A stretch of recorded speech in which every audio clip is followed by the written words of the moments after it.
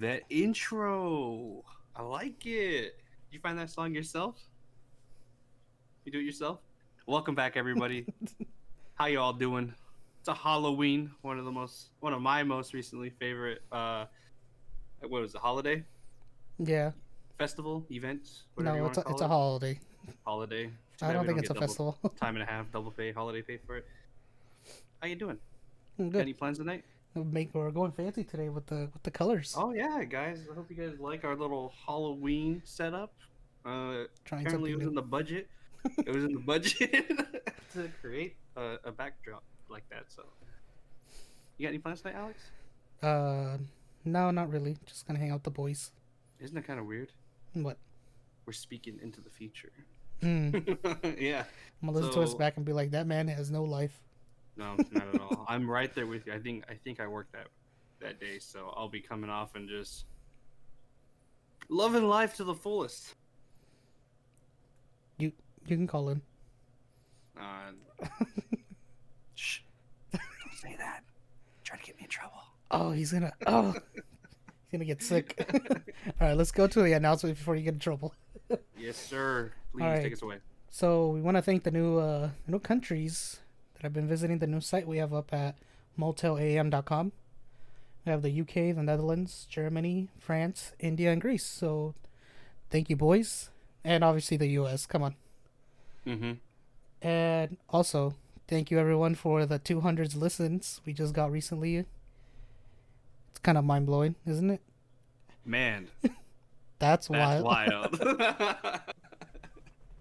And just for anybody who gets that and who wants to be part of it, in the very first episode, I was talking about a story, and Alex replies, "Man, that's wild," It was and like like, it was the most like softest reply I could. it was like The completely uninterested to what I just said. It's so now like it's just one of our catchphrases now. Why you put Alex me on was the spot like mentioning, that? he was saying that I say wild even more now than I did previously before that, so it's wild. Yeah, that's wild. As well. Make sure to follow us on Instagram, Twitter, YouTube, Anchor, Spotify. Where else we at? Anything. Facebook now. Oh yeah, Facebook. Don't think I have it completely published, but I will make sure it's open so everybody can find it. You can add either one of us, and we can direct you to that link, or just find it. We'll make a way for everybody to make it like really easy for everybody to locate it. Shall we get started? Let's do it. Good Let's sir. do it. Yes. So, in the spirit of Halloween, we are doing a Halloween episode, and what better way to start it off than to actually figure out the meaning, or not the meaning, but like how Halloween became? Does anybody know? Do you know? No, but I No, know you did your research on it, so I'm I gonna did a find out. lot of research. It's a long one. Everybody get your popcorn. Who knows? Maybe sit in your costume. Where Get your is loved one. where is Cradle my them. costume? You have it on. It's an There we Amazon go. Peak shirt. Is that? I thought it was a minion. This was actually bought like on Etsy.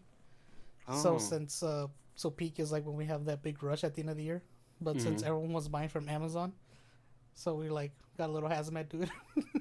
So we're all gonna That's be in nice. hazmat suits. Man, that's wild. All right, I'm so not liking this. according to history.com, it originated with Celtic festivals of now it's spelled Samhain, but it's pronounced Samhain. When people would light bonfires and wear costumes to ward off the ghost. Pope Gregory III of the 8th century designated November 1st as a time to honor All Saints.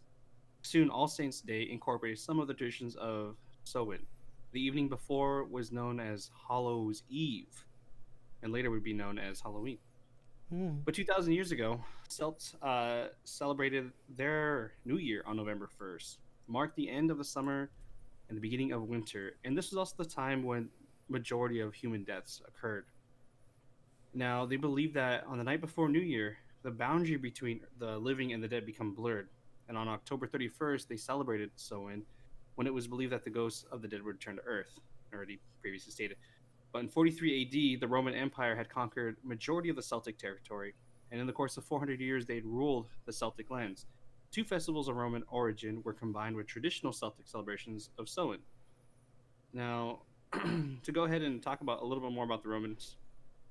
The first was for Feralia, a day in late October when the Romans traditionally commemorated the passing of the dead. The second year was to honor Pomona, the Roman goddess of fruit and trees. The symbol of Ponema is the apple, and the incorporation of this celebration into Samhain probably explains the tradition of bobbing for apples Hmm? that is practiced today in Halloween. It's kind of interesting. I never Oh, really like, when you think of bobbing for apples, like that's such a weird tradition or like little game that people play. I'm not gonna lie, that's a very white thing. Dude, You will yeah. never see us. Oh, let me go find an apple. You know what? Bobbing for apples is when you're a kid, you don't think much of it, but now as an adult, like you look in the water, it's like, ugh, like someone's like spits Spitting like, in there. yeah. I get COVID in there. Oh, it definitely. I'm pretty sure bobbing for apples is illegal Banned. now, Banned. banned, banned in the U.S. American colonists began to dress up in costumes and going to house to house, but they wouldn't ask for food. Did you know this? Or they wouldn't ask for candy. Do you know what they asked for? Mm-mm. They'd ask for food or money. This would become known as Halloween. And trick or treat actually lost its popularity in the 1800s, but in 1920s and 1950s it was revived. Can Kind of I interesting. can I just like go back to the colonists? Can you imagine someone be like, "Hey man, I Spend just I change. just knocked on your door. You had any money or food? Just on this one uh, sacred day?" yeah, and a really crazy fact or stat is Americans spend an estimated of 6 billion annually on Halloween, making it the second largest commercial day holiday after Christmas. And this all became from like Celtic tradition, so like that's pretty insane. I actually never knew this, and when I was looking it up, I was like, wow, like this is really intriguing. So I'm glad that we had this opportunity to cover this. You know what's really wild? Hmm. It's only second to Christmas, and think about how much money people spend on Christmas. Not only that, but like Thanksgiving and That's what I was thinking Black too. Friday, like I don't think oh, Black did you? Friday's actually a holiday. It's just It's an not. excuse to make money. A real quick question to our foreign country listeners, or out of state: is Black Friday a worldwide thing, or is it just American? I think it's an American thing, honestly. Really? I don't know if you saw, but a lot of stores are going to be closed. Major companies like Walmart, Target, Mervin's, Macy's, if there's even Mervin's anymore, a lot of big time companies are going to be actually shutting down the day of Black Friday. So we might not even get a Black Friday. That's what I was thinking, but you could easily solve that by doing deals online. I mean, Amazon does it all the time. That's actually how we started. Yeah, if you don't remember, we were actually on the call with my brother about starting a podcast, and Alex finds mics during Amazon's, what was it called? Prime Day. The Prime Day. Yeah. And honestly, I was like, we could get it. And we're not going to do it. But then like we started talking about it. We're like, dude, let's just go for it. And soon after, we got these awesome mics. I mean, I just told Mike, I was like, dude, if we do it, like, we have no excuse not to do it. Mm-hmm. I mean, I'm what do we glad have we to did. lose at that point? Everything self respect, Damn. respect from our friends, Uh, respect from Sid. leave Sid alone. I wanted to talk about that 6 billion though, because Yeah, what's up? I feel like you contribute a lot to just candy every year. Me? Really? I'm sure they're talking about like costumes and decorations, not candy. Man, have you seen how much candy goes for? You And if know, and even if it's cheap, people will be like, "Oh, that's cheap," and have buy you ever too gone to much. Walgreens? They have 2 for $3 out there. Okay. And you're saying you don't contribute to the candy? Ooh, you know what? Let's move on. We have a fan request. We've had multiple fan requests to talk about this. I believe episode 3, maybe, possibly. We talked a little bit about haunted movie sets, and we want to go ahead and kind of give you guys a little bit more. Alex, you want to take the first one? Yeah. So, The Exorcist, very popular movie, scary movie. I haven't watched it. Don't want to watch it. Don't want to die. But Mike did some digging, and he came up with some facts. So, The Exorcist star Ellen Bernstein detailed a terrifying incident in which a fire burned the majority of the 1973 horror film sets to the ground. Despite it burning the interiors depicting the McNeil's family home, it somehow left the bedroom of the possessed Reagan, which I guess was portrayed by Linda Blair. It was I think. inexplicably untouched. So everything Mm, else burned but that one room where someone was possessed.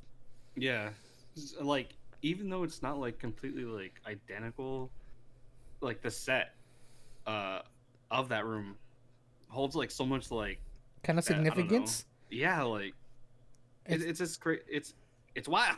It's wild to think that because I mean it's just a room that they just recreated, but then it's the one room that didn't get burned down. uh, Coincidence? I think not. I think not. Where's that from? Uh, I don't want to say. Don't say let's it. Don't say it. let's move Let's on let before we get fact let's checked again. exactly. So Rosemary Baby in 1968. Rosemary's Baby, produced by William Castle, was convinced Roman Polanski's 1968 chiller was cursed. After its release, he was hospitalized with kidney stones, and after experiencing hallucinations during his near-death experience, claimed to have seen the film's lead character approaching him with a knife. The following year, Polanski's wife, Sharon Tate, was killed in the Manson family murders. Now, I don't know much about Rosemary Baby. I believe it was quite popular, and I don't know how I would act if someone was, chasing me with a knife in a dream or hallucination. I freak out just thinking I'm falling from my bed. Imagine if I be chasing with a knife. What about getting shot? All Hmm? right. Mm. I Little wouldn't even react to it. foreshadowing of a story later. Huh? Huh? Oh, I thought you were gonna shoot me. No, no, no. There's other ways I could do. What? We're gonna move on to the 1976 The Omen. The Omen was plagued by a lot of terrible incidents. Lead actor Gregory Peck and writer David Setzler, Seltzer, geez, why can't I not say that? Were on planes that were struck by lightning. The stuntman standing in for Peck during the famous rabid dog scene was actually attacked by the Rottweilers that bit through the protective gear he was wearing. What the fuck? What? I can't even imagine. Can you imagine like something that hard biting through? I imagine it's like the ones that like they use for like police training, Yeah, and those and things I'm are pretty sure they're thick. like, yeah, like they're like they're meant to protect people from an actual dog bite, and so for that to happen, it's kind of scary. A zookeeper on the set to tame baboons was mauled to death by a lion the day after completing their work. It's like, Now, oh, I got these monkeys ready. Let me go die to a lion. most tragically, though, after filming was complete, special effects director John Richardson and his assistant Liz Moore were involved in a serious car accident. Now, brace yourselves, all right? Get a bag. I don't know. Just brace yourselves. Moore was decapitated in an incident that echoed one of the Omen's most disturbing scenes. Someone actually died, and they put it on the movie. No, no, no. It was like how I guess one of the scenes was filmed. Uh huh. Like if a character in the movie gets killed one way and that person pretty much got Oh, killed okay. almost the same way. Yeah, it says Moore was I get you. I decapitated. get you. Yeah, yeah, yeah. And so movies, man, movies about evil things. I don't think I want to take part of them. Yeah. After we've like talked about all this stuff that have happened on horror sets or like scary movie sets, Hmm. yeah, I can think I can answer that question if I'd ever take part, and that's a hard no for me. Did you ever want to be an actor as a kid? Hell no. No, I wanted to be I an did. astronaut.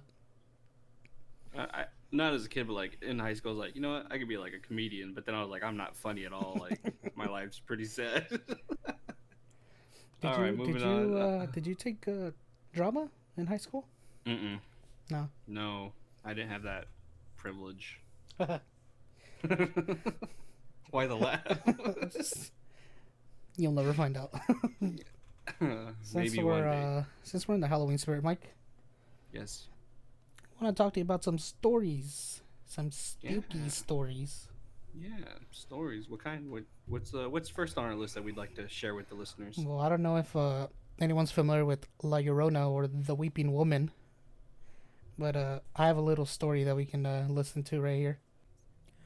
La Llorona, a mother who killed her children to try and get revenge on her husband. She couldn't get into heaven or even hell because of her sins.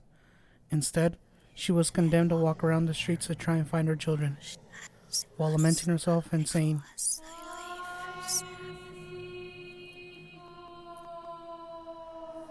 "Those who have seen her have commented on saying she has long hair, a white dress, and drags her white dress while floating as the wind blows her dress." The story goes like this. An indigenous woman met a handsome Spanish man who she fell in love with. They got married and had 3 children. The man would take trips for work and leave the woman to take care of their children. After so many trips, the man would forget about his children and wife.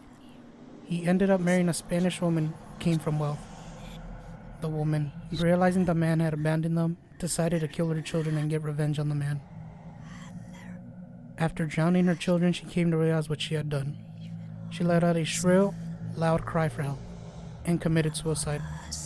A few days later, a local farmer found her in the lake, and not knowing who she was, he gave her a Christian burial. But after a few days, her spirit couldn't reach the afterlife. So now, she is condemned to walk for eternity to find her children. Mike, did you ever hear that story when you were growing up? So, I mean, like with the neighborhood kids, I did hear it, but it was never something I like took seriously. And honestly, I think one of like the neighborhood kids, when I was little, got his mom to get on it, Mm-hmm. and she made like a cry during Halloween, and I was Oh, like, that I would was creep you terrified out. because he had just like literally like I don't know if it was perfect, like timed out or anything or planned out. I'm sorry, but like the timing was just so perfect, and I remember that as a kid. I was my neighborhood friends. They were like kind of like bullies. Like they weren't really friends. Like they were there, but like they weren't really there. They were always like trying to like make you like cry or something. Like I was like the pranksters? youngest. Yeah, pranksters. They were just pranksters. They weren't bullies. But I didn't know that she had the husband that left her for like another woman. Yeah. Well, it's as any of them, like these urban legends, I should say. They change from wherever you're from, as anything Hmm. do from every region, but it's really popular in like Latin America. So, and not only that, but I mean, we were watching videos today where some of them they feel like they're real, but like part of us is like, oh, it's not real. Well, I But mean, we hear like tales about yeah. all this happening over there. The ones that was we were looking at were from like Mexico, and I've heard there's like it depends on what time of the day, and like people will get really scared because it Yeah. sounds like it just cries out of nowhere. Yeah, just look up any videos and you'll understand what we're talking about. Because, like we said, like we feel like they're not real, but then the way that everybody talks about them, it just like strengthens the folklore, I guess. It does sound like it's in a distance away. Like, I mean, your Spanish isn't that well, but you could tell like people were spooked. Hmm. They're You like, could the tone in their voice, and yeah, yeah, no, thank you. I don't want to ever have to hear that. And if I did hear that, I'd probably run the other way. And speaking of region, uh, California has multiple urban legends of mm, their own. Let's go ahead and talk about the Char-man. Char-man. The Char-man. This is an urban legend surrounding the state of California. A father and son were both caught in a house fire and horribly burnt in 1948. After the fire, the son became so mentally unstable that he killed his father. When the police found the son, he was so unrecognizably burnt, they didn't realize he was still alive. So he ran away before they were able to arrest him for murdering his father. Ever since then, the Charman is still spotted wandering the woods surrounding OJ, occasionally approaching tents of innocent campers, or pretending to be a hitchhiker, and then attempting to attack them. How was that for you, huh? A little I bit shorter I story. can't believe that's something that happens in California. I What mean, the? the Charman Oh, I thought you were like a son killing the father. I'm like, it's kind of that happens everywhere. murder. Yeah, murdering, especially in our area, happens quite frequently. I don't know if you noticed this, but a lot of like social media's been reporting a lot in our area about what's going on recently, and it just feels like things are getting worse. Hmm. There's more negatives than good in the news, and I kind of don't like that. But we are in the spirit of Halloween, you know. Yeah, But it's good to hear these urban legends. Just yeah, who knows? Maybe you got something to tell on your next campfire or camping trip. hopefully these aren't real, man. I don't want to go down south if this is real, because this takes place in Ventura County, I think, down south. the the Charman. Yeah, like down by like LA. Oh, Yeah. well, that's interesting. Oh yeah. Definitely don't want to go in that area. You want to move on to the next story? Yeah, we have another story, little short story. Very short. Now, This is a this hits close to home, yeah, kind of, yeah. huh? That's what I was In gonna a say. in a Yeah. sense, yeah. Let's hear what you have to say. Let's hear what you have to think about it. Every parent's worst nightmare on Halloween is their child getting a spiked candy. This idea got put into place from the death of Timothy O'Brien in 1974. This 8-year-old from Deer Park, Texas, died on Halloween after ingesting poison candy. Making the crime more horrific is the fact that the perpetrator was not a neighbor, but the boy's father who sought to cash out on his son's life insurance. All right. So the crazy part about that story, Sid has kids. Can you imagine if something like that happens to his kids? Well, not just, him, but like everybody. I Someone, mean, I mean, just mean someone that's really close to us. Be yeah, kind of like mind blowing. it could be brother, sister, neighbor's Anyone? kids, and I think this is probably like the most realistic scary story because like I said, it could happen to anybody anytime. And I remember like in 2000s, like early 2000s, when and I think I mentioned this before, but when we would have to wait for mom and dad to check the candies because somebody had a razor or in this instance poison. Yeah. But But it's just sad that the dad was that sinister to do that. do you think like it actually worked, Um, or they'd be like, you're like one of the main suspects, or they'd be like, well, wonder where you got this candy from, no, type of quickly, thing. is this a real story or is it like a creepy pasta story? Uh, I can say that because I don't know. Okay. All right, so let's hypothetically say that this was a real story. Uh huh. I think this, for one, it would be all over the news, and two, the dad would for sure be suspect number one. Really? Now, yeah, I mean, You with wouldn't every other case, you wouldn't think like it was one of the, let's say he went out to his usual route and I don't know, well, someone they just would spiked probably. one. That's true. It could just be one candy, but I mean, I think someone who's that sinister might not just do like one person. They might True. do like a bunch of kids, and I think it would have to fall like on like the pattern of who got, like, let's say if it was more than one, it would have to be a pattern. But if it's just one kid, I feel like it's a very clear motive. But I know I who knows what we know. We're not crime investigators, but if you are, let us know what you The one think. thing I do think like life insurance as well as like what is it, like probably like business insurance are really like adamant of like finding out what actually happened. So Probably I feel because like they'd get down to it. yeah, they don't want to give up that money. Yeah. No, as mean as that sounds, like it is the truth. Like, That's their business. yeah, and business, money, all that good stuff. You wanna lead us into the next one? Yeah, this is a I'll, little Spanish one, huh? oh You yeah, gave this one to me. okay. I'll try it. You sure? I I'm got I gonna can I'm do gonna no no no no no. I'm gonna say the title, and you can say it after, and we'll see who has the better Spanish. Oh man, I love getting roasted. All right, here we go. La Isla de las Muñecas. Very How was close. that? Very Very close. close. All right, let's hear it. Let's La hear Big Isla Bang. de las Muñecas. Ooh. Can Give you it. say that one more time? Say it again. Say it again. Say it again. La Isla de las Muñecas. Mufasa. Definitely not what this is. No. This is the island of the dolls. So if anybody's ever heard about this one, I know it's been on BuzzFeed for sure, because that's actually where I found this. If you haven't seen that video, definitely go take it out. It's super interesting, but we'll let the story tell its story. La Isla de las Muñecas, the island of the dolls. Just south of Mexico City, you will find a small island with a sad background, which will never be intended for a tourist destination. The island is known as La Isla de las Muñecas, or the Island of the Dolls. The island is dedicated to the poor soul of a poor girl who lost her fate too soon in the strangest circumstances. The area is home to hundreds of terrifying dolls. Their severed limbs, decapitated heads, and blank eyes adorn trees. It is said that a girl was found drowned in mysterious circumstances many years ago on this island, and the dolls were possessed by her spirit.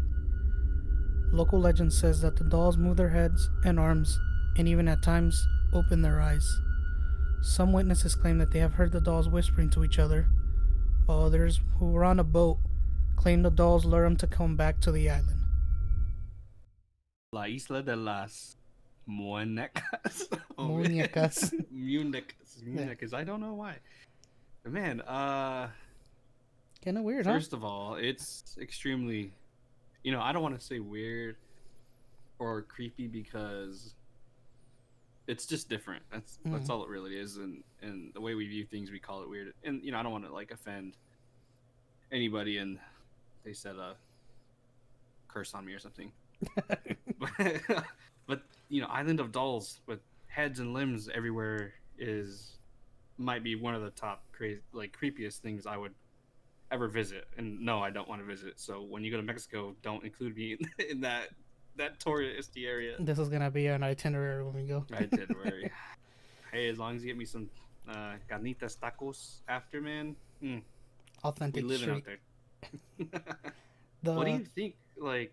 I mean, clearly, it was because of the girl that drowned there. But do you think there is spiritual possession of dolls? I mean, I wouldn't put it past it, but I do think it's a nice homage to the girl. Imagine a whole island dedicated to this poor girl.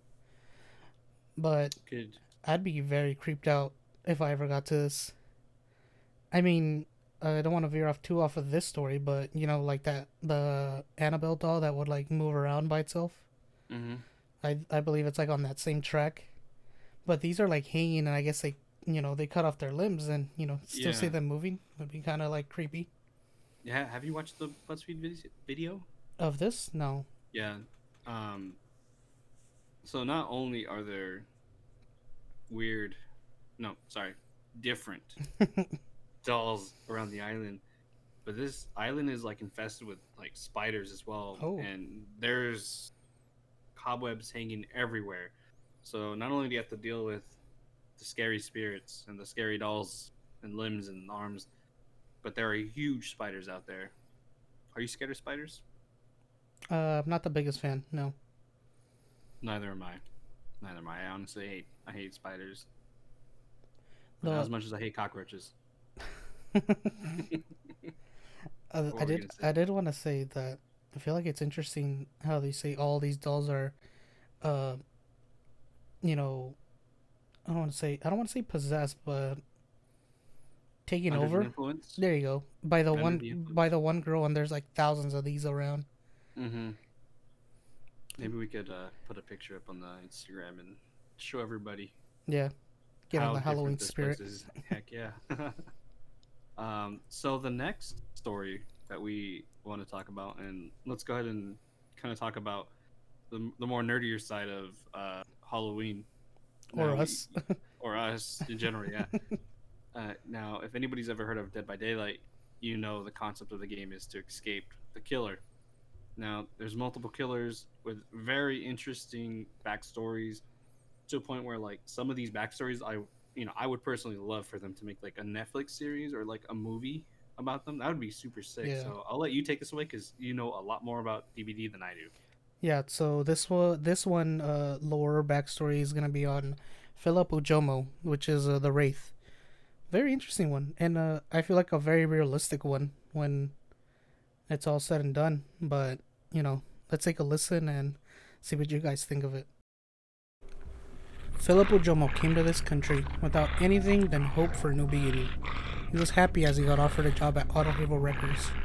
It was a small scrapyard where bribe cops turned a blind eye for the somewhat shady business that took place. Ujomo didn't care. He had seen criminal activity up close in his homeland, and as long as he didn't get involved, he let things be. He just fixed cars and handled the crusher, something he did well. A car went in and a small metallic cube came out. It was not until one gloomy day that he, just by accident, saw some blood coming from one of the uncrushed cars As he opened the trunk, he found a young man, gagged, with his hands tied and his eyes filled with panic. Ojomo freed the man, who managed to run 10 feet before Ojomo's boss stopped him and slit his throat. As Ojomo demanded answers, he got explained to him that he had been nothing more than a simple executioner, as more or less every car had a soul in them, as if this was a service the scrapyard provided to certain clients. Ojomo snapped and went ballistic. He threw his boss in a crusher and let it slowly compress. Ojomo left, and he was never seen again. So, it's That's crazy. that snare. You hear that snare in the back? Now the wraith is awkwardly shaped, and of course we'll be posting pictures on YouTube. So watch out for the YouTube videos too. Now he is like this oddly tall, skinny chicken leg looking individual. Can I interrupt for a second? Yeah. Um, I did find out he's well, the background on him is he's Nigerian, and Nigerian people tend to be on the thinner side. So I Well, think that's what gives him his thin frame. well, way to make me look like a dummy. No, no, but like the way his character is portrayed, Yeah. he's very very thin legs. He's tall, broad shoulders, and he has just like the weirdest mask and just aurora around him as a character in a video game. And his And growl. his growl, yeah. And I don't know, for a second I thought he would have done something different, but he just snaps and just goes the opposite way after he finds the blood in the compactor. Well, I think because of how the story is, like he just wanted a job. That's all he wanted, and then to think he was killing people not intentionally. Well, he probably didn't want to do it at all, but Mm-hmm. to do it like that, and then for his boss to be like, this guy can't leave. I don't know. Yeah, That sent anyone crazy. I feel like dealing with death like that too. Any sane person would probably snap as well. But I mean, if someone's motive is just to work, and they don't really care what's going on, I feel like it's easier for them to fall under that influence of Yeah. merciless killer, I guess you would call it. Well, that's the one thing. One other thing I don't want to bring up. The story did say he didn't care as long as he wasn't involved. Mm-hmm. And then as soon as he felt he was involved, he's like, "Nah, man, shit's not gonna fly with me." That type of thing. Yeah. Ah, but interesting. I mean, and this is from a video game, so kudos Yeah. to Dead by Daylight writers for cool backstory. Yeah. You want to bring up the next one? Yeah. So the next one is also a Dead by Daylight killer. This one's Sally Smithson. She's known as the nurse on the game. And she has a very interesting power as well. She can teleport. Yeah. Did we mention the Wraith's power in Oh, the yeah. last? Yeah, to go back on the Wraith a little bit. He can cloak himself, so he can become invisible. But you can. That's why we mentioned the growl, because you can hear him growling around. Mm-hmm. And Very the nurse, terrifying. can teleport, but takes fatigue with it as well. Let's listen to her story and see what you guys think of it as well. Sally Smithson came to the town with dreams of children's feet and laughter in a wooden home built by her husband Andrew. But life came not with smiles, but with plans of destruction. Andrew worked as a lumberjack, a job with its perils. One day, Andrew's foreman had to pay Sally a visit, forever changing her life while she was alone. Without food on the table and no other option, Sally had to find a way, but the only employment she could get was at the Crotus Pren Asylum. Nobody sought employment there unless there was a dire need. Just like Sally, without any education, she started at the bottom, doing the hard night shift. Over the years, her mind had reached its limits. 2 decades of seeing horrid things that violate the eyes. Memories that are replayed every night. Being abused, verbally and physically, by people without limits. Sally saw insanity from the outside just to catch it herself. Finally, she could not take it anymore, and concepts of purification emerged inside her. She did what she felt was necessary. As the morning staff arrived one day in September, they found over 50 dead patients, lifeless, in their bed along with 4 staff members, also dead. Only Sally had survived the night, but her mind was gone, rocking back and forth nonstop. Exactly what happened is only known by her, but it seems that some of them had been choked as if they had marks around their necks. They got her into an ambulance, but the ambulance never reached its destination. It was found crashed in the nearby woods, all the staff dead, and Sally nowhere to be found. So the nurse started choking Yeah, people out. yeah. And real quick to kind of clarify, her, Andrew, Her he husband. did, he dead, Yeah. and that's why she had to go work at this asylum, so she can make ends meet. And you know, it it's kind of like a very Real. relatable, Yeah, I was yeah, gonna it's say a relatable realistic. situation because a lot of people, especially with COVID going on, like a loved one could pass away, and now your family or yourself have to find a way to make ends meet. And especially with being locked up the way that we are, like right now, and I'm not Hmm. trying to say that in like a weird way, Just quarantined. just quarantined. I could definitely see something like this happening. I mean, of course, not teleporting, but I mean, I could see people.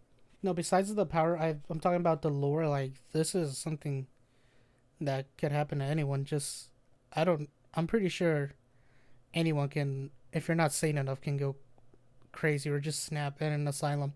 Because I do have friends that worked in an asylum. It's just I can't even imagine myself working there, not, you know, falling into whatever people are doing. Yeah, I mean, I'm grateful I don't have to deal with asylum status, Hmm. but I mean, sometimes when certain people do go in, like it is a little like sketchy Or scary. because you don't know what they're capable of doing, Yeah. and a lot, sometimes people are on, you know, drugs, and I'm not saying like weed, or I'm talking about like the hardcore stuff that may like alter your mental state, and that's what's scary because some of these guys can punch straight, holes, 2 feet wide into a concrete, or not concrete, but like a wall at work, and I don't want to be on the receiving end of that.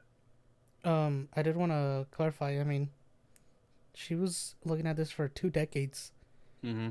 So It's a long time. she was just trying to feed her kids for like 2 decades, and then she just snapped. That's Unfortunate, that's wild. man. That is wild. I told you I'm gonna get you a shirt, and you're gonna wear it. You're gonna wear it. We could be twinsies. What about little Tommy? Tommy and his friend. Tommy and his bus driving friend, and it's just such a weird. It's a neat, like, it's such a short little It's a story. little creepy pasta, right? Yeah, a lot of these stories you could find them if you look them up.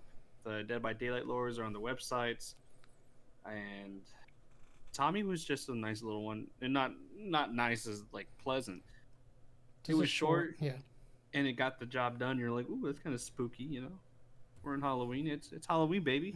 Everything, anything goes. It's Halloween, baby. Let's go and take a listen. I sat on the bus on my way to school, listening to music and paying little to no attention to the other students. At one of the stops, my mind snapped back to reality. I looked towards a small house. It was Tommy's house, I thought. A hand slipped between the drapes of the window and waved the bus driver to move on. He's sick, I thought to myself, paying no attention to the situation. The day flew by. I watched the local news after school, and what I heard paralyzed me. Tommy's entire family was murdered that day by an unknown suspect. After hearing this news, I moved back up to my room and quietly fell asleep. The next day, I sat on the bus. We drove past Tommy's house, and the bus driver, unaware of Tommy's family's fate, stopped at his home. As I was about to get up and explain to her what had happened, something caught my eye. A pale hand slipped through the drapes of the window and waved the bus driver to move on. I sat on the bus, terrified. Tommy, Tommy might. So what? You think Tommy's dead? I mean, it did say someone murdered his family. So what's going on in that house then? All right, let me walk you what happened. All right. I want to hear this. All right. All So right, play by play. Tommy was chilling. Unfortunately, his family got wrecked, and Tommy wasn't able to get, like, it was just so abrupt. His spirit is now residing in in a pale We'll put white hand. no, yeah. We'll make Tommy like in a mansion. Yeah, because it doesn't really state what type of house, huh? No, it doesn't. But I'm assuming. Well, I in feel like it's my like a little mindset, like it's like I picture like a little like townhouse, like a very yeah, no, no. tiny What San I Fran I style. imagined the completely different thing, like Alabama type thing, like Oh, like country type thing. you know Like they what? came I'm up. so sorry if any Alabamians listen to this. No, No, no man, shade. I'm talking about like a bus. It made me think of like a Forrest Gump. You know how we would go to houses like that. hmm I thought of that, and I just like It, imagine like a hand just like motioning it to go. I and don't know. you That's where know, my mind went imagine the traumatic, for the boy. like yeah, the kid who saw like that, like obviously he heard that Tommy, who I don't think they were friends, they were just like kind of acquaintances, Hmm. and he knows his family died, and he sees like this white hand, like what it makes me think of? That scene from Toy Story Oh, what the? when Woody's yeah, when He's just Woody's holding his like, arm. "Hi, oh guys, I'm right here. Me and Woody are doing fine." Like that's what it makes me think of. Who knows? Maybe it's like I'm not even gonna go that far out there because it was about to be real vicious. Let's not think like Uh, that. Now the gotta. next one. This is a wild one. This is um English is my first language, but man, if you guys would have listened to me re-record, Cottonmouth is just it loves to grasp onto me. So this one's called The Emotionless Woman. A little eerie. I liked it, and I could picture the whole thing like happening, like the way it would go down. So let's take a listen. In June 1972, a woman appeared in Cedars-Sinai Hospital in nothing but white, blood-covered gown. Now this, in itself, should not be too surprising as people often have accidents nearby and come to the nearest hospital for medical attention. But there are two things that cause people who saw her to vomit and flee in terror. The first, being that she wasn't exactly human. She resembled something close to a mannequin, but had the dexterity and fluidity of a normal human being. Her face was as flawless as mannequins, devoid of eyebrows and smeared in makeup. There was a kitten clamped in her jaw so unnaturally tight that no teeth could be seen, and blood was squirting all over her and on the floor. She then pulled it out of her mouth, tossed it aside, and collapsed.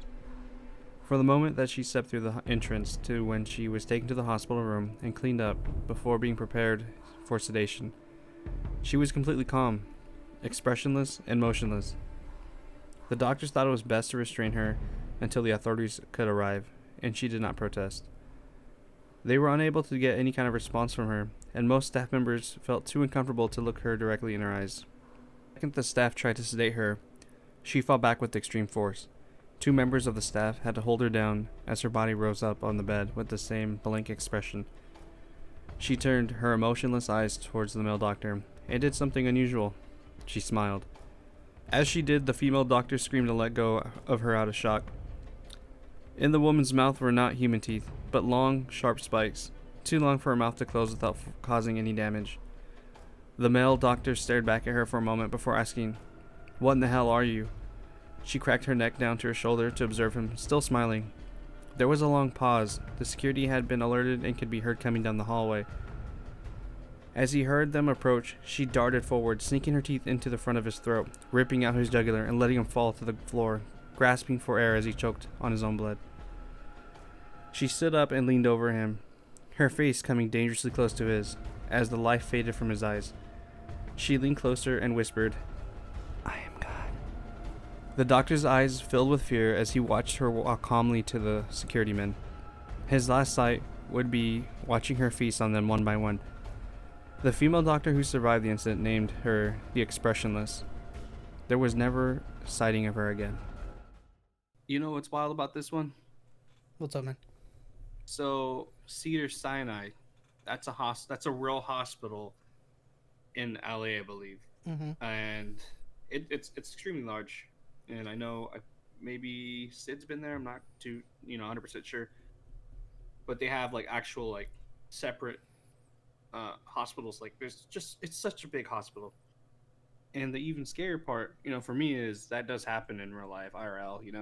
They you go to sedate a patient, and out of nowhere they just develop like this inhuman strength, and it takes tons of people to hold the patient down to it's just to help these individuals too. We're not trying to hurt them, but stuff like this does happen, of course, not to the extent of getting your jugular bitten out. Yeah. But I mean, there's been people who've been bit, scratched, so it's also kind of like one of those stories where it's kind of hits close to home Yeah, I was with gonna say the people. exact same words. Yeah. This one hits you more because you probably do this on a regular basis, and you wouldn't expect to see a story like this, and like you're like, man, You're what being if what if that actually happened like to me like one day, I don't know. I but like, like not as as yeah, gory as this one. gory. Yeah, I mean, to have like, I kind of understand that too, and I think a lot of people would like when you see someone just that angry, Yeah, yeah. like just, and a chilling part too is like when it said that the cat, you couldn't see her teeth sunken into the cap because That's that's how like deep she how was. tight. Yeah, Yeah, it's like you have to be angry. Poor kitty. No kitties were harmed in this episode, but except for that story. and humans, Human. not real humans, hopefully. So, do you have any personal stories you wanna share? I have a few, not too much. Um, I do have one, and I did get clearance from the mother.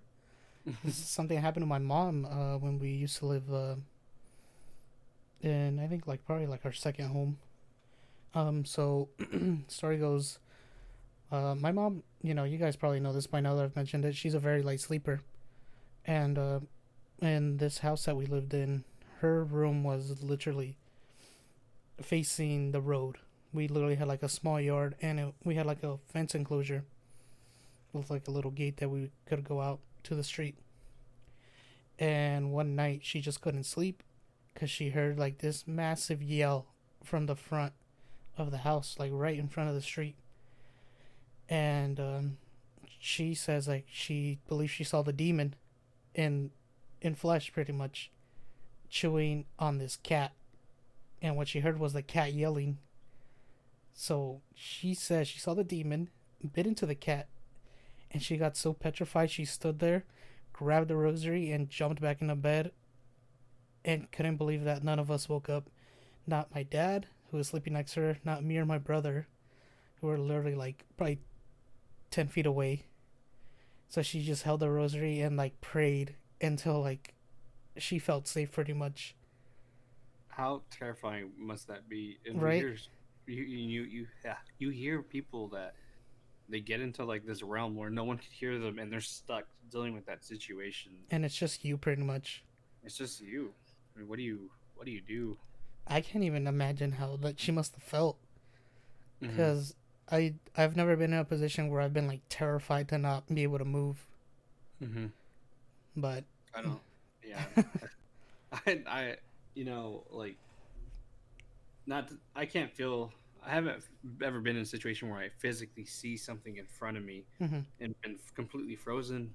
But at night, I don't know if anybody else experiences this, but sometimes at night, objects in the room play tricks with Oh my yeah. eyes, and probably one of the most scariest ones. Now my door has a coat hanger, and I have some of my coats that I use the most on there, and clearly bed's right here, doors are right over here, and in the middle of the night, I woke up trying to wake up, but I saw a girl who was covered in mud, hair just completely like over her face, kind of like what was that movie, The Grudge?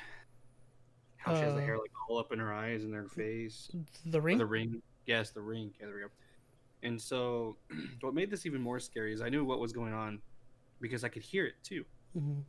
And so I look over to the door, and so she's hanging with a noose Oh, around her neck, no arms, no legs, just covered in mud, hair's dirty in her face.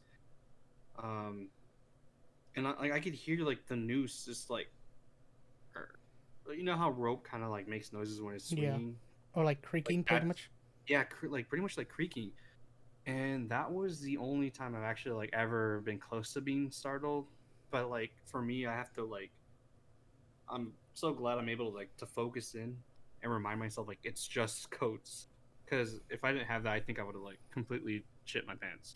'Cause it was scary, but like it's so weird how your brain is just that powerful. I do have a little short story going off of clothing. Mm-hmm. Um, One night I stayed up really late with one of my friends, and she had just sent me a video of La Llorona sightings that they thought was going on in Mexico.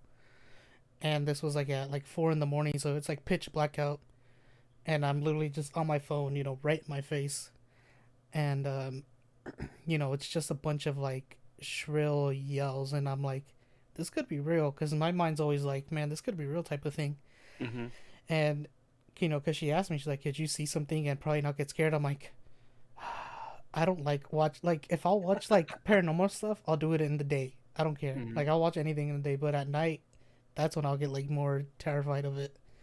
So I'm like, yeah, fuck it, whatever. I'll listen or I'll watch whatever it was, and I didn't know what it was.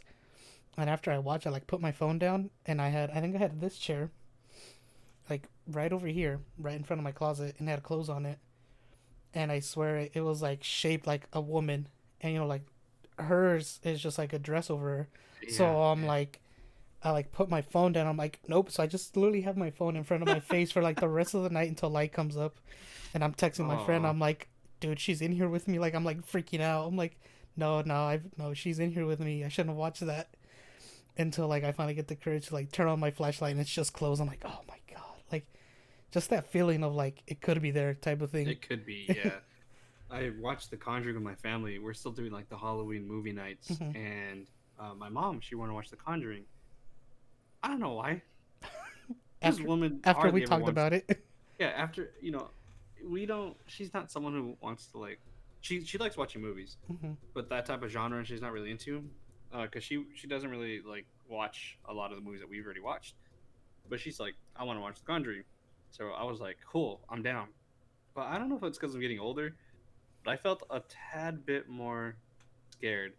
And anybody who has like a smartwatch, I have an Apple Watch. I was watching my heart rate go from 60 to 80 to 90 and then drop like during certain scenes. So I was like, is this something that usually happens to me? I just don't notice? Or is it because I'm getting older? And, you know, with the thought of death, your mind kind of changes, especially in the time that we're in. Like, okay, and I don't want to get too into it, but like your beliefs are kind of, being brought up in your mind. And so that night I had trouble sleeping a little, just a little bit. I had trouble sleeping. Not it doesn't happen often, but with that one it does. Do you want Can't. to talk about another personal one? Yeah, I actually have one more. Okay. It is my cousin's. I didn't get clearance, but I won't mention her name. Um, but okay.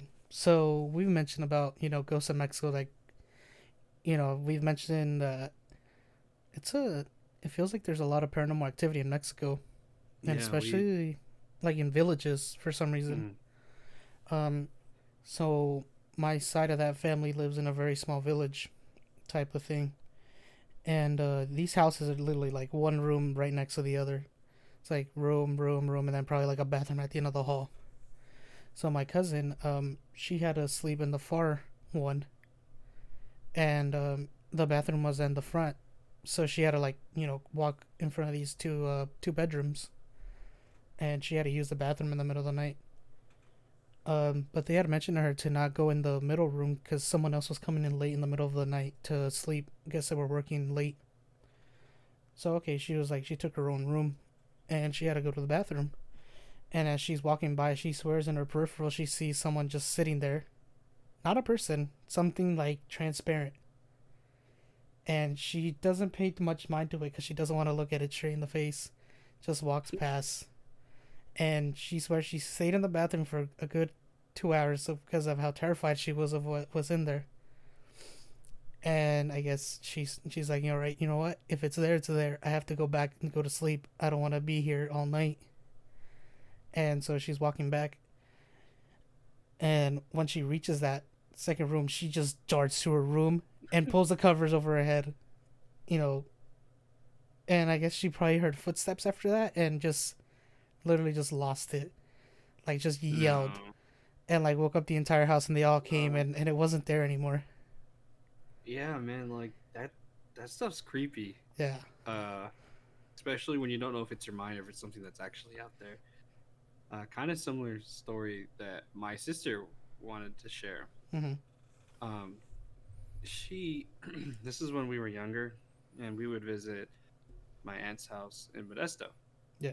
And that house, man, you don't want to go there because you could feel like there's something off. I mean, you would go to the restroom and you had like this weird like bunny statue that was just so like eerie. Like even now today, me and my sister talk about it, and we're like, that doll, that statue was that was probably what was like bringing in all the bad vibes. Um, but one time my family went there. My sister wasn't feeling good, so she was laying down on the couch, and she swore, so I'm gonna call this person Z. She saw Z, and she looks, and she told me Z looks like she's sitting there and she's mean mugging me, and she's eating candy. Mm-hmm. And when she told me that, I was like, what? Like, I never knew that. I'm not there at the time. Z isn't there. It's just my family, all swimming outside. She's laying on the couch. Now, moments later, my sister and my cousin kind of swap, I believe, where something happened. And my sister says, oh, Mike and Z are here. And my mom's like, no, they're not. They're not here. And my sister was so certain that we were there. And I guess my cousin says that she saw my sister on the couch eating candy, mean mugging her, and in the same spot where Z was. So I believe it might have happened on the same night from what my mom told me. Was they had like a girls, kind of like a girls' night out Mm-hmm. with the family, and she said that my mom and my aunt were sleeping together on the mattress in the living room, and you know they my mom, she's not like a scaredy cat, but like being there makes her uneasy, and I believe it makes my grandma and my aunt very uneasy. So my aunt said that she felt like a cat jump on her chest, Oh. but no one was there. There was no cat there. My other aunt did have a cat, but she had passed away, or maybe quite some time ago before that had happened. There was no cat. My mom felt my aunt twitch, and she turns around and is like, "What's gone? What's wrong?" And my aunt goes, "Nothing," because she knew she told my mom. My mom She would have wouldn't go like to bed. bolted. Yeah, they would keep them both up. Um, Pretty much. They maybe fall asleep again. And my mom said by the time they woke up that they felt, they didn't feel, but the bed sheets that they were sleeping with, and was like, you know how like room service comes into your room, makes your bed, makes it all nice and pretty with the display. Yeah. Kind of like that with what they were using. She says she looked at the feet, and the bed sheet and the blanket were just perfectly folded right in front of them with, shoes like on top, like how it would look as if they were at a motel or something. And they asked questions, and no one did that to them. And they were saying that this might have happened, so they might have seen Z, my sister, which would have been the ghost or demon, Or spirit. sitting on the chat, or spirit, sitting on the couch, and then plus to have that in the same night where they just cat jumping on her chest, the bed fittings all folded neatly in front of them. I don't stay there. I'm never gonna sleep there. I don't After care how that. much you want to do. No, I mean, I can't. I can't deal with that. And growing up, I don't know if you've ever had this experience before, but when you're sleeping like at family's house, have you ever felt like anybody's watching you while you sleep and you Yeah. can't turn over? It especially happens in hotels. For you? Cause yeah, when the one of the times I went to New York, I do remember I always get jet lagged so hard, and I have a hard time sleeping as is. But I would always feel like there was something in there. Mm-hmm. But there's probably nothing there. But it's just probably your mind just playing tricks on you. Just like the feeling. Yeah. And then I was the only one up, so I'm like, man, either I gotta go to sleep or this thing's gonna, come get me type Come of and thing. get you. Come and eat you up. Speaking of eating people up and hurting you, have you heard of dark watchers or skinwalkers? Um, the only one that sounds familiar is Skinwalkers that you had mentioned before to me. But no, So if you want to I'll tell go ahead people. and yeah, I'll go ahead and give a brief description of to both of them, and then you could tell your little story how I spooked you.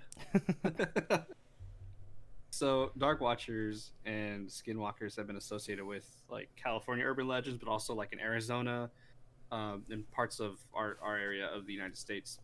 Now, Dark Watchers are described as tall, giant size, containing no feature, dark silhouettes, often with brim hats or walking sticks, and they are seen in the hours of twilight and dawn. So they're pretty much like shadow human or shadow people. It reminds me of like the like Slenderman almost, Yeah, kind of. But no but suit and like tie. but like darker. Yeah, it like imagine like a dark cloud of a humanoid or Mm. like a human. They're said to be motionless, silent, and featureless, watching travelers from the horizon along the Santa Lucia mountain range and even along the Bay of Monterey. So they kind of watch these areas. And according to legend, no one has seen it up close, but if they were to get close to it, they vanish. Okay, they disappear. And the original accounts of the Dark Watchers date to the Chumash tribe, Yeah. who lived along the central coast of California and along some islands for about 13,000 years. So, like, these figures, or, watchers of nature, have been around for quite a long time. No, they don't attack humans. They just literally just watch. They're just watchers, and I think like they're like protectors of the earth. In like the 1950s, 1970s, I believe, John Steinbeck wrote about them, and Hmm. also another really big time author also wrote about them. And people were kind of saying like, with they didn't really know like how to believe it because, um, the Chumash tribe have talked about them, but then out of nowhere, like John Steinbeck starts talking about them, and people, like I said, like you could see them above like on mountaintops, just kind of like watching you, and they tend to go for people who are lightly dressed, like hikers. So if you're wearing just like a hat, of course with your hiking gear, but not like overly geared hikers. Hmm. So it's a little interesting. Do you? I don't know if you've ever have you been hiking recently? No, but Do you think you'd ever find them? You'd ever see one? I think I'd probably just faint on sight. I'd be like, Yeah, "What the even hell is that?" even like old like this when the Spanish sailors would come around, um, they they said they would see them along like the mountain ranges, and some Hmm. people speculate it was the native Indians of the land kind of observing them, but according to like tribal history, it was the Dark Watchers. So I really enjoyed that one because a lot of like urban legends like come out and attack you, and these guys are just like, Yeah, the wild part is that the Bay of Monterey's not that far from here. mm-mm. And Everything where's this mountain range? Santa Lucia. Did you research that? Uh, no, I didn't. No, let's talk about the Skinwalkers. Now they're associated with the Navajo tribe. The Navajo won't mention them by name. Humans, pretty much what they are, like humans that can shapeshift into animals, but preferably they shapeshift into wolves and I believe coyotes or foxes. Oh, it's a coyote. Hmm. Now, some traditions believe that the skinwalkers are born of benevolent medicine men who abuse indigenous magic for evil. The medicine man is then given mythical powers of evil that vary from tradition to tradition. But the power all traditions mention is the ability to turn into or possess an animal or person. Now, a more recent encounter that happened, and I believe it was in the 90s, when a rancher was walking late at night with his dog, and a wolf, which appeared much larger than a usual wolf and had red eyes, stood unfazed after the farmer or the rancher had taken 3 shots to the wolf's hide. And this thing was just like chilling, like, give me some more, you know? That's it. Yeah, and so they would end up selling the ranch, and it's now known as Skinwalker Ranch, and it's a very like hot spot for people to come. I believe even on Netflix, there's a whole documentary on it. I've watched a little bit of it. I haven't watched all of it, but I definitely do want to go back and watch more because this is interesting. I had a question for you before I let you know my story because you were there, so you know where I'm going with this. Yeah. So I've seen a video about a skinwalker in like Fresno, and they reminded me a lot of the Dark Watchers. Like, I don't know if they take the shape. But my question is, do they pretty much like they look tall and big, or when they're human, Um. No. or they So seem like regular humans, pretty much? no, I'm not like an expert on the topic, but from what I've been reading like online through research is some. It depends on what like who you're talking to, because I know can't remember the tribe name, but two tribes, and one involved the Navajo, I believe, had pretty much crossed a couple, a couple thousand years ago, and it was a very violent crossing, and so the urban legends kind of mix. Now, some say it's just a man with like kind of like werewolf like, Hmm. um, and I believe what you're talking about is the video with like the two figures, and it's like super tall legs, and they Yeah. don't have, yeah, I don't know, Or you could know. those be Dark Watchers? I'm sorry to cut you off, but No, I don't. I honestly, I wouldn't. I'm not like I said, I'm not an expert, but like according to like what I've been reading, like I don't think that's a skinwalker, because they like to transform, from what I've been reading, to like animals, and hmm. those are like something else. I don't know what those are. The Fresno skin watchers, They're both in one. skinwalkers. Yeah, it's combined. Yeah, uh, and I believe even MythBusters and like I mean maybe not MythBusters, but people have actually tried to debunk it, and Hmm. they can't replicate exactly how They transform. that no, that figure, those the Fresno Oh skinwalkers, yeah. they can't replicate that those scenes, and so they're kind of like dumbfounded, because What like is it? yeah, and there's actually campsites where people report them here in Fresno, so we have been wanting to go camping. Not there, please. Maybe we'll do because of like a my YouTube vlog. this because of this next story. No. Go ahead. Yeah. So me and Mike, we love going out to this spot that we call the spot. All the spot. Yeah, and it's literally just a hangout point where you can go literally day night just to hang out. Just get away. It's kind of like out in the countryside for us, so it literally overlooks like most of the county, and it's just a spot where we like to go and chill, hang out. Eat food, tell Yeah, stories. just have a good time, get away from you know technology, or so we should say, just to be out Hmm. there. But the first time Mike told me to go out with him, we were just having a good time. We were out there for a good like 2 hours, and then Probably. so literally this thing is literally like on a, we want It's to on say the it's like a hill. It's cliff. like hillside. Yeah, it's a hillside. And so you literally look over, but in the middle of the night it's pitch black. All you see is the moon on yourself.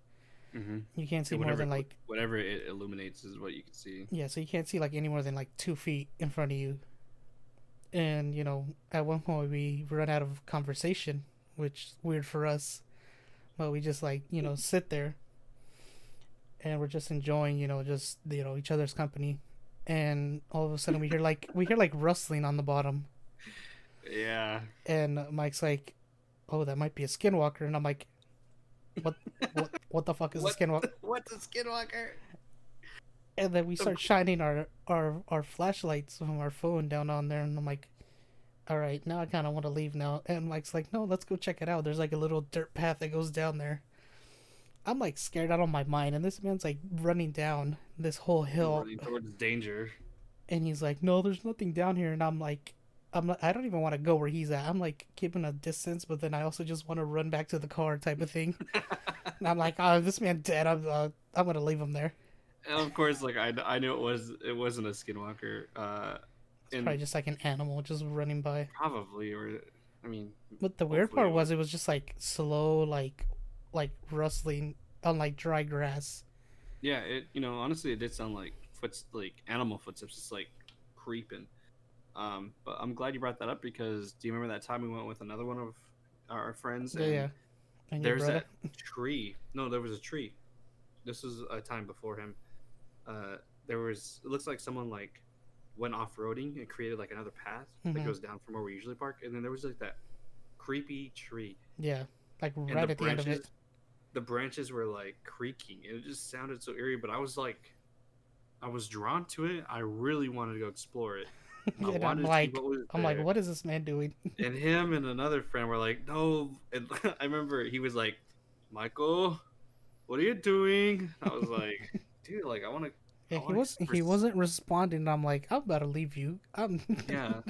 And it's I I don't want to open myself up to like those bad energy vibes, but I I think there's always something that's gonna like become overpowering sometimes, and like you just feel drawn to it. I don't know why I felt drawn to it, to be honest. I'm not gonna like.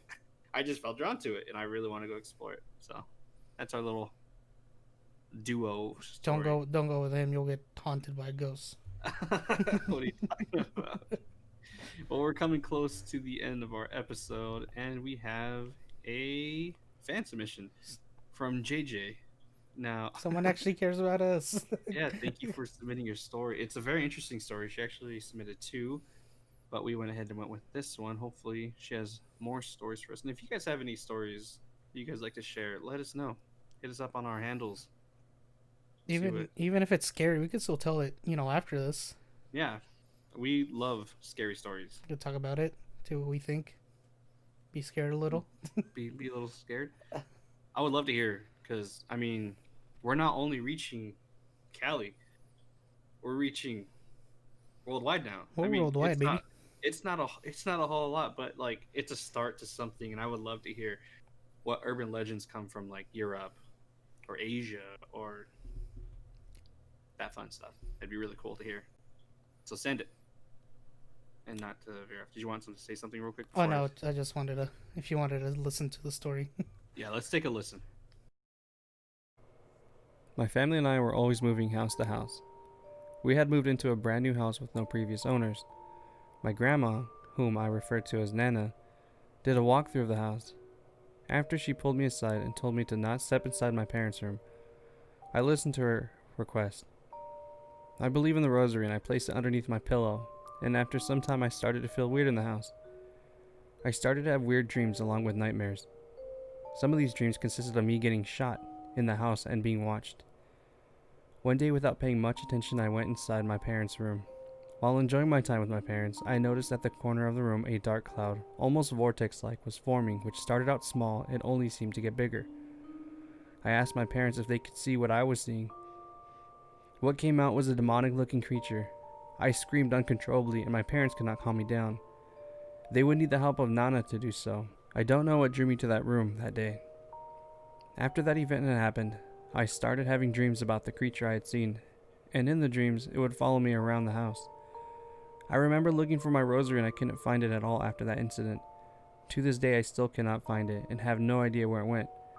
We stayed in the house for a few months before me and my family decided to move out due to the weird occurrences that were happening.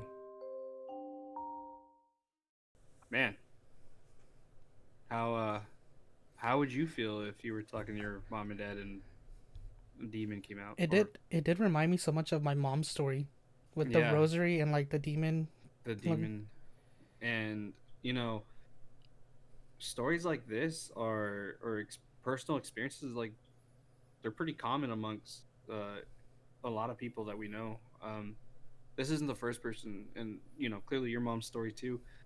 Her experience. I don't want to call them stories because that makes it seem like they're Yeah, not legit. Like no, they're experiences for you guys, and it's just so scary that people have to go through this. And my mom's always said like people are sensitive to different. Um, I don't know how to explain it, but like energies, they yeah. can feel things, they can see things. They're more in tune with certain situations, and I don't know, like I don't want to bring religion into it, but I feel like it does come down to some. It might be a little bit of religion as well to hmm what spirits you're drawn to. and not only that, but like JJ was experiencing dreams where she got shot. She was getting shot. I mean, how do you how do you cope with that?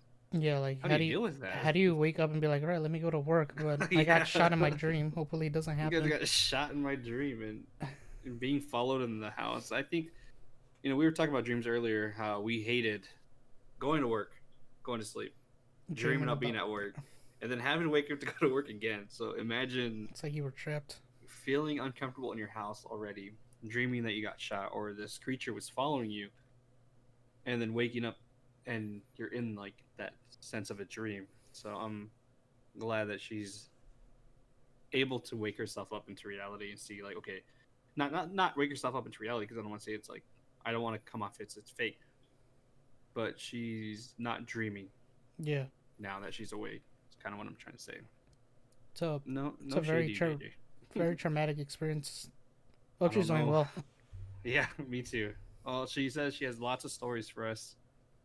Bring So them on. This was a very interesting one to hear. yeah, I liked it. The whole story was just, or sorry, experience. I keep saying story. Well, I feel like you say story because it doesn't almost feel real. Type of like Mm-hmm. that's how That's what, that's what's great powerful it about like was. yeah, when you turn your experience into storytelling, it's powerful. It Like makes it more sometimes real. yeah, and who knows how many people can relate to her situation or your mom's situation or even our situation where we go through like these unnatural weird phases in our lives. But that's about it. You have anything else you want to add? No, no, no. No. Happy Halloween.